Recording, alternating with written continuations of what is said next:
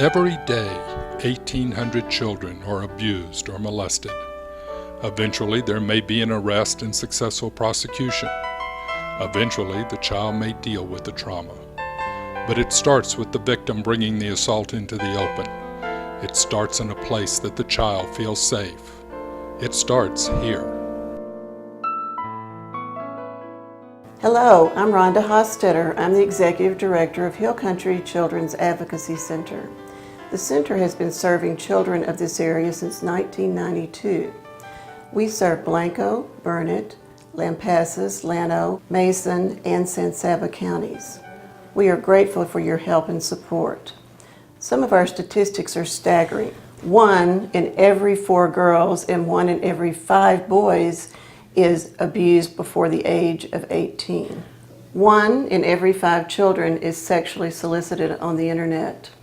Only about 10% of the children tell about their abuser, but about 95% of them know who their abuser is. I'm a victim of child abuse. It happened when I was 9 till I was 13. It was my mother's husband. I found a little mole out, and I brought it in to show Steve, was his name, and he actually was in the bedroom, and he was undressed from here down, and I quickly turned around to leave the room, and he got dressed and came in there, and I was like, I'm sorry, I want to show you this thing I found, and I was 9. We talked about the little rat or mole that I'd found for a minute, but then he asked me if I wanted to see him again, and I, said no. And so he did that a few times until eventually I said okay, and he made me just look at him, and then it was touching me, and then it happened for so many years, and it happened every night when my mom would take a bath. When my daughter was 12 years old, she came to me and told me my husband, her stepfather, had been molesting her since she was 9. And I had no idea. She basically went to school the next day and told a friend, and the friend told her aunt. I remember I was in 7th grade English class, and I got called out, and my aunt, who works here now, and a police officer were standing there, and I knew that they knew. When Child Protective Services receives an intake of sexual abuse or serious physical abuse allegations, we will coordinate with law enforcement to have a child interviewed at the Child Advocacy Center. I came to the Advocacy Center, and I had to sit in a room with angels on the ceiling.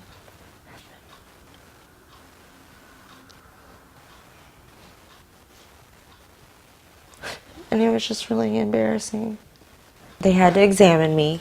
She told me if I felt scared or anything, just to look at the angels on the ceiling, and that really helped. It's on per our request for a SANE exam, which is sexual assault exam, and the nurses are the ones who do the exam. So, someone totally outside of the investigation who's trained specifically for that on children, they are the ones who are able to do that legally, medically, and it just makes it 100% of a case that we get someone's DNA that's done a sexual abuse, or sometimes child abuse. We can get their DNA from that child, maybe blood or something like that from the suspect, and we can get that from the child through the same nurse. As a sexual assault nurse examiner working at the Hill Country Children's Advocacy Center, my role is to take care of children that have been sexually assaulted or sexually abused.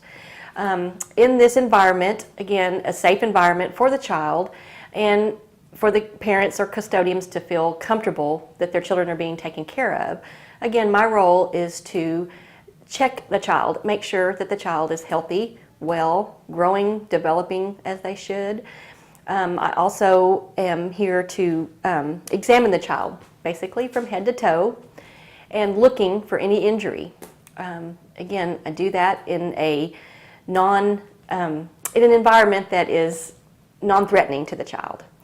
And of course, my goal is to not hurt the child. So again, we try to make it a friendly room. We have the room decorated to where the child feels comfortable. There is an examination table, but again, the child is comfortable with this setting. I generally come to the Children's Advocacy Center when a child has made an outcry of abuse or sexual abuse or neglect in some cases.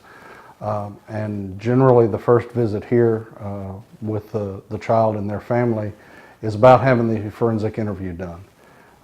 What I like about having that done here is, first of all, they're very, very good at their job. They do excellent interviews here.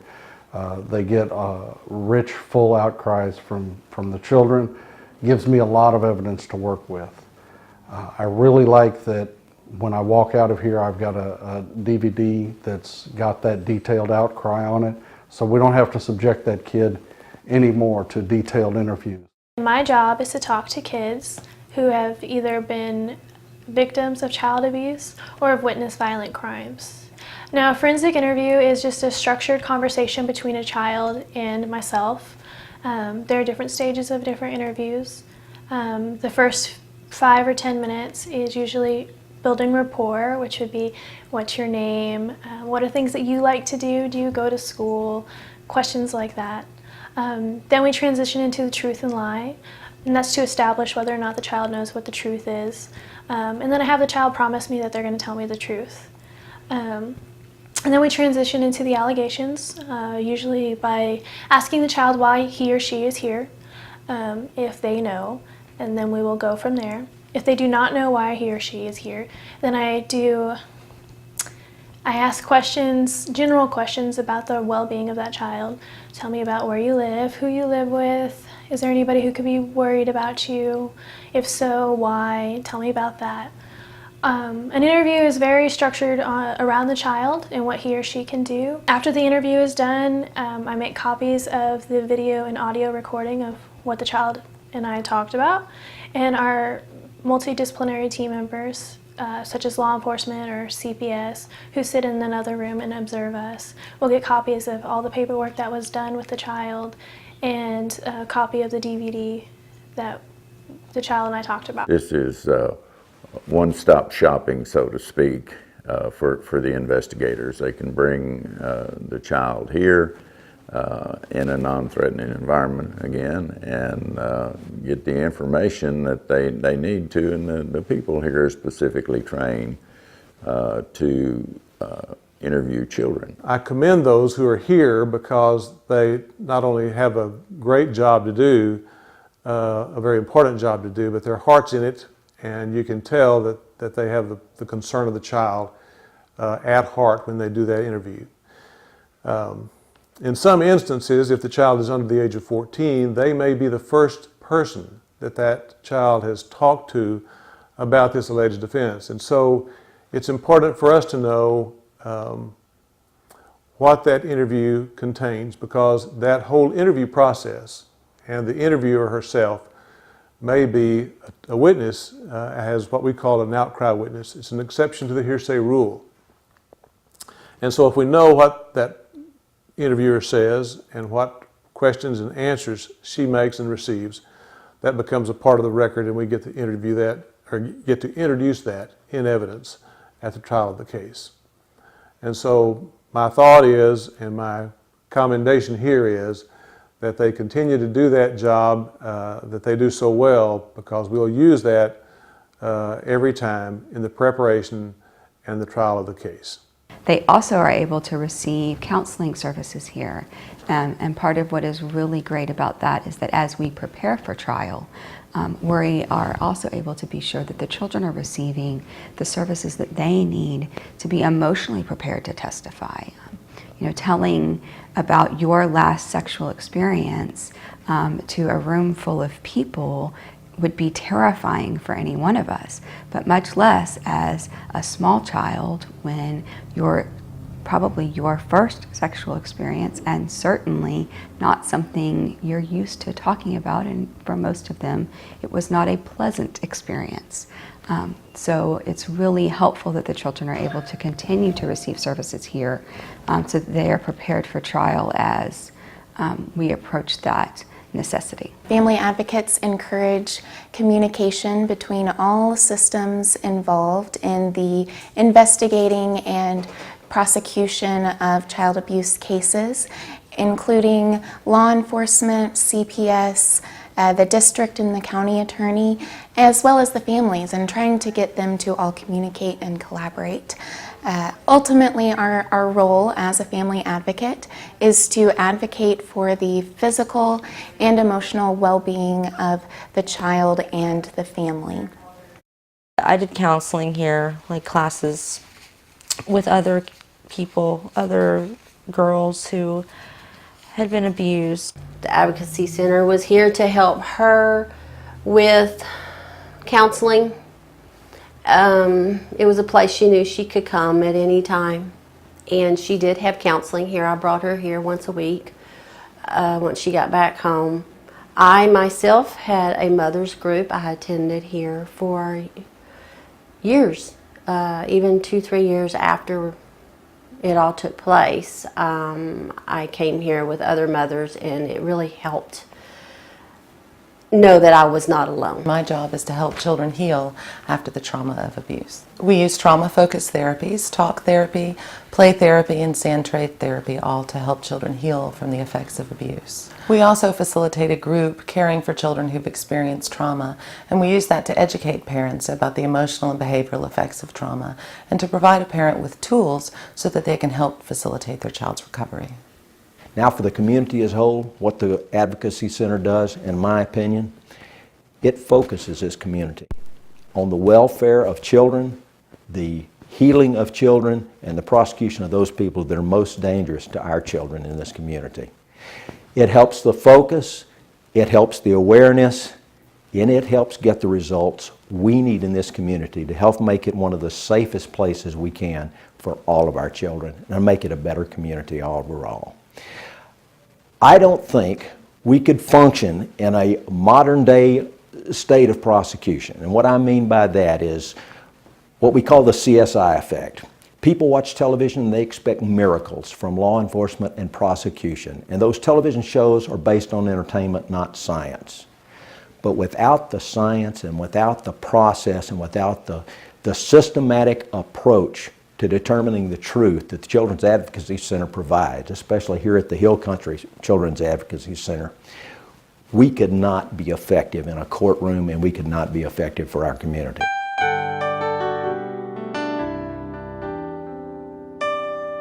Community support is essential for this place to continue to operate, and that is sometimes a very hard job to do. In general, the public isn't aware of such a place that exists. When they learn about it and understand what its role is, they of course want to contribute and help, but getting the word out can be quite difficult. There's a lot of competing organizations that also help children out in other ways. I've been here about 3 years, and Yellow Dino and I become really buddies because we go to schools and tell children about things that help keep them safe. We teach them about tricky people. It's not what people look like, it's what they ask you to do that matters. What if you see a guy in town who wants his puppy found? What do you do when he asks for help and no one is around? Take 3 steps back, take 3 steps back, that's how you can begin. Take 3 steps back, take 3 steps back, then run like the wind. Tricky people, the tricky people have pain down in their heart. The tricky people, they can't fool me 'cause I'm too smart. We use volunteers to help us teach the Yellow Dino program, and we're always open to having people come learn to do this and help us because it's a very important message to give to the children. I tell everybody that will listen that I have the best job in town. I work with people that love doing what they do. Volunteers. They work with us in so many different capacities. They help with fundraising, they work with the kids at the Children's Advocacy Center, they help us with school education in all the schools that we serve in our 6-county area. They decorate the house for the holidays and many, many, many other activities. We also have groups that work with us. They've actually helped us remodel the house or update the house inside. They've helped paint the house outside. I love what I do here because through the years I have been in the business world and I like to volunteer. And I decided as I grew older, that whatever I needed to do was to help someone or do some good and enjoy it by all means. So I found my perfect niche when the Children's Advocacy Center asked me to serve on their board. So I am their slave, their volunteer, and I thoroughly enjoy it. But because I volunteered at various organizations around town, around Burnett and the whole community, I know a lot of people, and I tend to use the people that I know. It's called networking, I think, and I thoroughly enjoy it. And I have this group of friends that join me. And I have been told, someone said, "Don't look Dorothy right in the eye because she'll ask you to do something." And I tend to do that, but I'm having a good time. I enjoy helping the children, by all means. That's what we're here for. But I thoroughly enjoy all that we do, and I guarantee you that no one has the money to pay all of our volunteers for what we do. Their time and their talent and, by all means, their experience is just invaluable. So for what we do, we're well paid because we're helping the children. And that's why I'm here and why I'm having a good time, too. The most rewarding thing for me is actually working at the Hill Country Children's Advocacy Center. We have a wonderful professional staff. Our multidisciplinary team is the best. And then I actually get to see occasionally the results of some of the work we do here. The children that we extend ourselves to are precious. They're the most vulnerable people in our area, and we need to protect them. As far as funding goes, our center strives by asking for grants. That's one of our primary ways that we receive funds. You know, there's not really tax dollars that are funding us, other than, granted, some of these grants are through agencies that get a tax base, but all those programs are being scrutinized, and we do have budgetary challenges, as we all know, in our government arena. So community contributions is just far more critical to sustain this process. The Advocacy Center, I think it's a wonderful thing, and I think it needs to be something that's spread more. Yeah, I'm very grateful, and I think that you guys do a great job here. Can't say enough good things about them and their operation. I think they're a tremendous asset. Thank you so much for spending time with us today. For more information on how to donate your time, money, and love, go to hccac.org.